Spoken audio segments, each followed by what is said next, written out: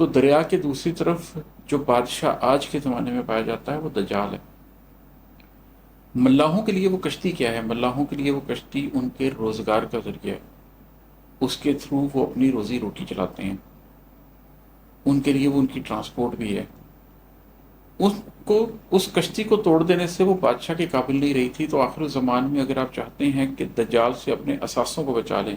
آخر الزمان میں اگر آپ چاہتے ہیں کہ آپ دجال سے اپنی روزی روٹی کو بچا لیں، تو پھر آپ کو بھی اپنی کشتی کو اسی طریقے سے ڈیمیج کر لینا پڑے گا تاکہ آپ ایک بڑے نقصان سے بچ سکیں۔ اس تناظر میں نے یہ نظم لکھی ہے، اس کا عنوان ہے کشتی، یہ میں آپ کو سناتا ہوں اور اس کو ڈسکس کرتے ہیں۔ یہ ہے کہ میں اپنے ہاتھوں سے اپنی کشتی کے چند تختے اکھیڑ دوں گا، میں اپنے ہاتھوں سے اپنی کشتی کے چند تختے اکھیڑ دوں گا، میں جانتا ہوں کہ میری کشتی میرا اثاثہ ہے، قیمتی ہے،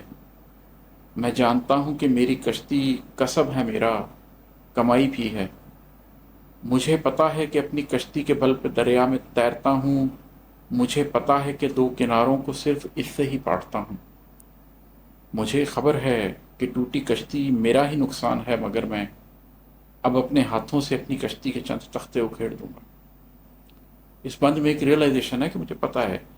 کہ میرے لیے یہ کشتی کی اہمیت کیا ہے، مجھے پتا ہے میرے اثاثوں کی اہمیت کیا ہے، میرے کسب کی، میرے روزگار کی اہمیت کیا ہے، لیکن میں اس کے باوجود ان کو نقصان پہنچانے کو تیار ہوں ایک بڑے مقصد کی خاطر۔ آگے ہے کہ مجھے پتا ہے کہ یہ زمانہ بھی ایک دریائے آگہی ہے کہ جس کے اس سمت قلب والے علوم شرقی لیے پڑے ہیں اور اس کے اس پار عقل والے بیان غربی لیے کھڑے ہیں۔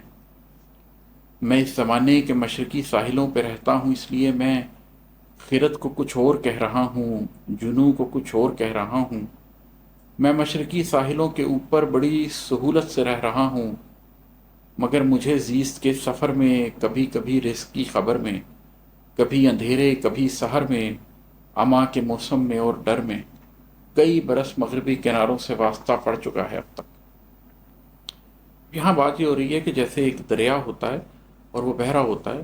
جس کے اندر کشتی بہہ رہی ہوتی ہے، اسی طریقے سے یہ جو زمانہ ہے، یہ جو وقت گزر رہا ہے اس وقت، یہ بھی ایک بہتے دریا کی طرح ہے۔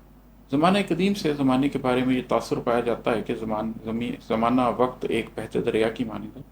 تو مجھے پتا ہے کہ یہ زمانہ بھی ایک دریائے آگہی ہے، ایک آگہی کا دریا ہے جو گزر رہا ہے، جس میں سے کچھ لوگ ڈوب رہے ہیں اور کچھ لوگوں کو حقیقت پتہ چل رہی ہے